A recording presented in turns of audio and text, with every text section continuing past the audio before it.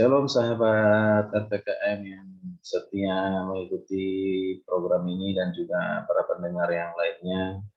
Saya percaya lewat program ini Bapak Ibu segera sudah diberkati dengan renungan, pengajaran yang menguatkan iman kita. Tentunya kita tidak pernah berhenti untuk belajar akan kebenaran firman Tuhan. Mengapa? Karena firman Tuhan yang membuat kita kuat, karena Tuhan yang membuat kita kuat. Mari bersama-sama ikuti terus program RPKM, baik itu renungan, pengajaran. Dan jangan lupa dibagikan juga kepada orang lain, pada teman, saudara kita, atau keluarga kita, ataupun sesama anggota jemaat. Jangan lupa diresponi dan juga di-subscribe. Terima kasih, karena Tuhan memberkati. Baik Bapak Ibu, saudara kasih Tuhan. Kembali kita bersama-sama menikmati renungan firman Tuhan dengan topik memberi diberkati. Memberi diberkati. Saya akan baca dasar firman Tuhan, yaitu Kisah Para Rasul 20 ayat 35. Kisah Para Rasul 20 ayat 35 berkata demikian. Dalam segala sesuatu telah kuberikan contoh kepada kamu, bahwa dengan bekerja demikian kita harus membantu orang-orang yang lemah. Harus mengingat perkataan Tuhan Yesus. Apa itu perkataan Tuhan Yesus? Sebab Ia sendiri telah mengatakan, adalah lebih berbahagia memberi daripada menerima. Adalah lebih berbahagia memberi daripada menerima. Nah, saudara kasih Tuhan, apa betul lebih berbahagia memberi daripada menerima? Apa bukan sebaliknya? Karena ketika kita memberi berarti kita kehilangan sesuatu. Sedangkan jika menerima berarti kita mendapatkan sesuatu atau bertambah sesuatu. Nah, kalau begitu mana yang bisa membuat bahagia?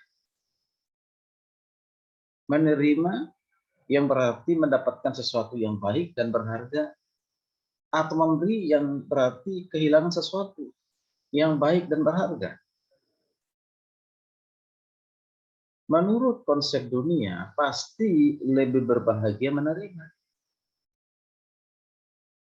Tetapi firman Tuhan mengatakan justru lebih berbahagia memberi daripada menerima. Mengapa?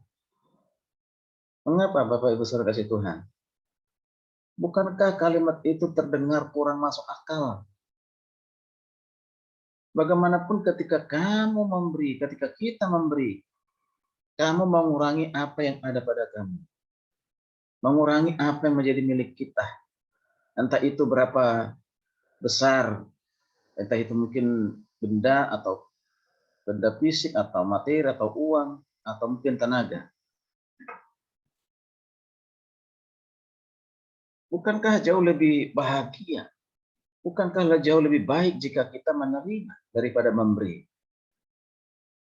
Siapa yang tidak suka menerima sesuatu seperti hadiah, misalnya perhatian, atau penerimaan, atau menerima kado pada saat ulang tahun, ya. Jadi kita mau berharap menerima kado atau pemberi pada ulang tahun, atau kita juga melakukan hal yang sama, ya. Memberi juga kepada orang lain yang berulang tahun.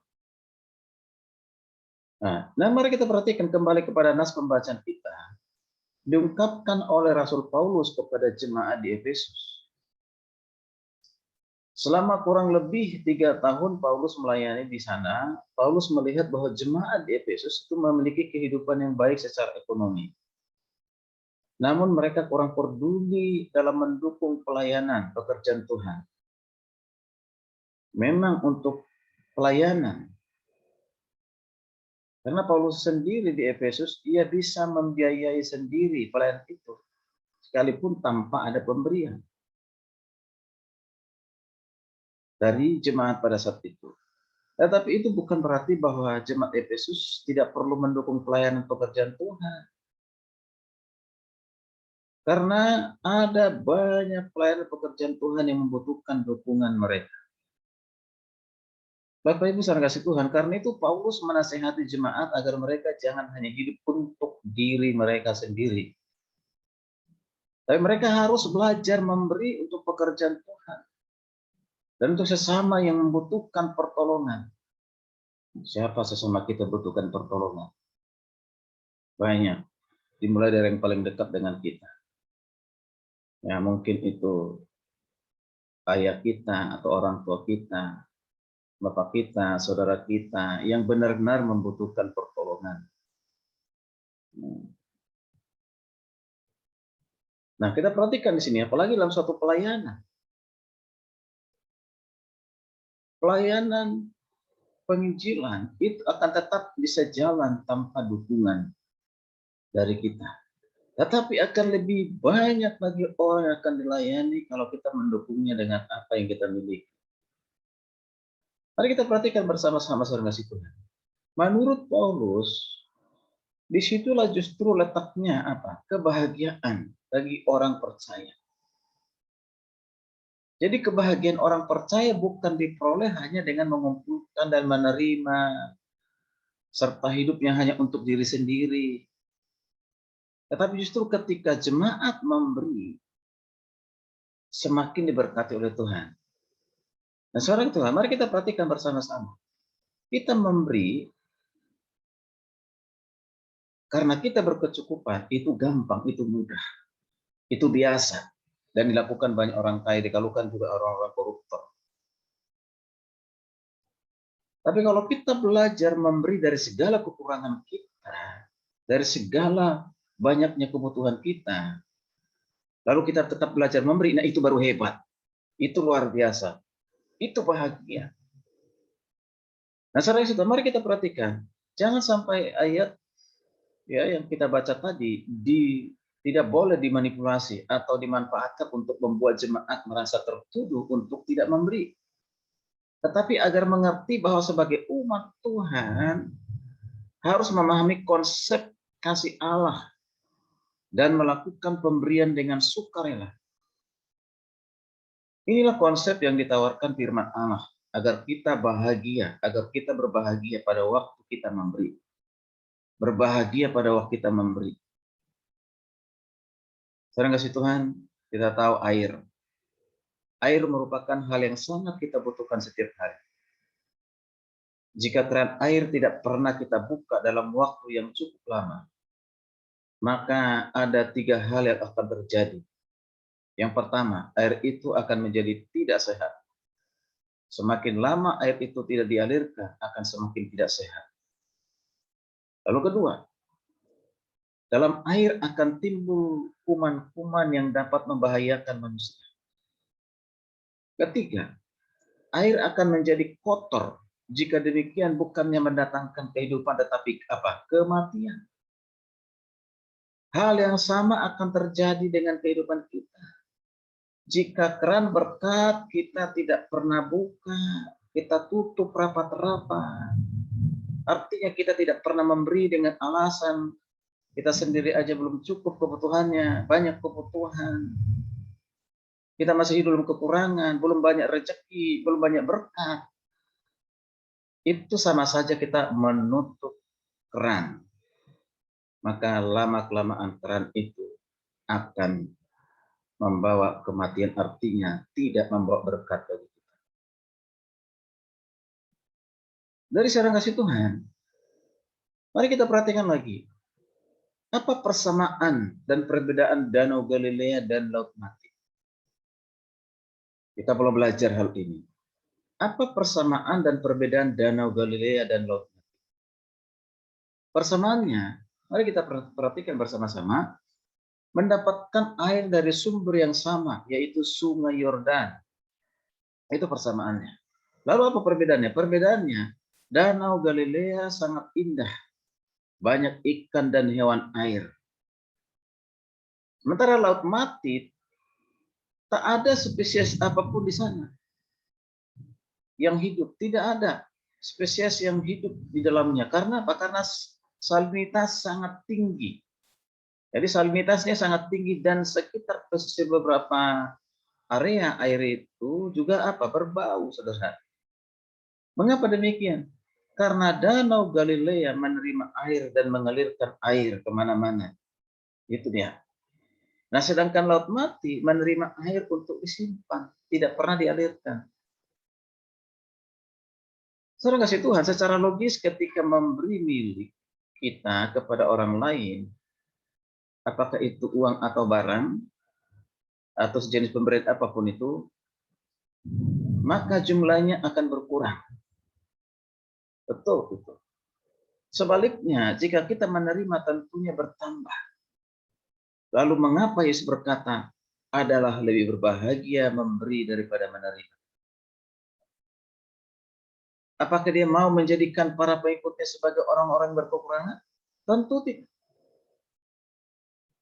Dalam peristiwa pelibat gandaan 5 roti dan 2 ikan, terbukti bahwa semakin diberi atau dibagikan, bukannya berkekurangan, bukannya habis, malah sebaliknya, bermultiplikasi hingga berkelebihan, bahkan menyisahkan 12 bakul. Apa yang kita pelajari dari hal ini, saudara Tuhan? Pelajaran apa yang bisa kita kutip atau kita ambil dari peristiwa ini? Sesungguhnya Yesus sedang mengajarkan kita sebuah konsep kasih yang berada di atas logika. Kasih yang berada di atas logika.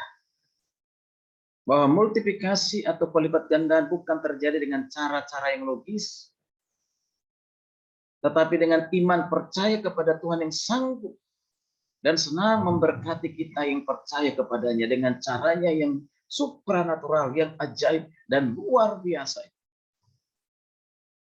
Jadi Yesus sedang mengajarkan kita tentang sistem ekonomi kerajaan surga, bukan kerajaan dunia. Bahwa mereka yang semakin banyak memberi, semakin banyak berbagi, tidak akan menjadi orang yang miskin, tidak akan berkekurangan, malah sebaliknya akan mengalami lipat gandaan. Haleluya, puji Tuhan. Jadi konsep ini bukan dirancang untuk didiskusikan, saudara kasih Tuhan, dengan akal sehat. Ya, dengan apa membatasi diri untuk memberi karena kita masih kekurangan. Banyak persoalan, banyak kebutuhan. Kalau masih begitu pertimbangan kita, itu logika manusia yang kita pakai, bukan iman kepada Yesus. Untuk orang percaya dengan iman, kita lakukan itu. Sebab kita hidup oleh iman, bukan oleh karena akal, bukan karena kelihatan. Apa yang kelihatan, saudara Tuhan? Mari kita perhatikan firman Tuhan mengatakan di dalam Amsal 11. Amsal 11, 24-25. Apa dikatakan? Ada yang menyebar harta, tetapi bertambah kaya. Ada yang menghemat secara luar biasa, namun selalu berkekurangan. Siapa banyak memberi, diberi kelimpahan. Ini firman Tuhan.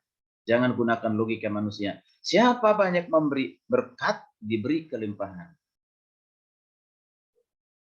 Saya praktekkan hal ini, saudara kasih Tuhan, semenjak keluarga masih mengontrak rumah, kita tidak pernah kosong. Ada orang lain di rumah itu selalu ada ya aja Tuhan putus untuk kita harus kita tolong. Tapi puji Tuhan, ada hampir 60 orang dari mulai kita tidak punya apa-apa, tidak punya rumah, masih ngontrak, tapi sudah banyak ikut dengan kita. Ada sekitar 60 orang lebih. Melalui kita dipakai Tuhan untuk memberkati mereka. Dalam segala kekurangan, kita pun terus belajar memberkati. Mengapa saya percaya firman Tuhan? Di Amsal 19:17 berkata demikian. Amsal 19:17. Siapa menaruh belas kasihan kepada orang yang lemah, memiutangi Tuhan, ia akan membalas perbuatannya itu. Amin. Luar biasa. Saya aminkan firman Tuhan ini. Barang siapa di antara kita menaruh belas kasihan kepada orang yang lain, orang yang lemah, disebut ini memiutangi siapa? Memiutangi Tuhan. Luar biasa. Dan apa akibatnya? Apa hasilnya? Akan membalas perbuatan kita itu. Tuhan akan membalas perbuatan kita itu. Bahkan di ayat yang ke-17 ini kita perhatikan bersama-sama. Ya. Amsal 19 ayat 17 ini. Ya, kalau kita lihat dalam bahasa sehari-hari begini. Menolong orang miskin sama saja dengan memberi pinjaman kepada Tuhan. Dan ia akan memberi bunga yang tinggi untuk pinjaman kita itu. Wow, luar biasa. Ini wow ya, luar biasa. Lalu dikatakan lagi, saudara kasih Tuhan, kita perhatikan lagi di 2 Korintus 9 ayat 6 sampai 8 menjadi ayat terakhir, ya, yaitu memberi diberkati, bahkan memberi berbahagia. Firman Tuhan mengatakan demikian. Camkanlah ini, orang yang menabur sedikit akan menuai sedikit juga. Dan orang menabur banyak akan menuai banyak juga. Hendaklah masing-masing memberikan menurut kerelaan hatinya, jangan dengan sedih hati atau karena paksaan. Sebab Allah mengasihi orang memberi dengan sukacita. Dan Allah sanggup melimpahkan segala kasih karunia kepada kamu supaya kamu senantiasa berkecukupan di dalam segala sesuatu dan malah berkelebihan dalam berbagai kebajikan.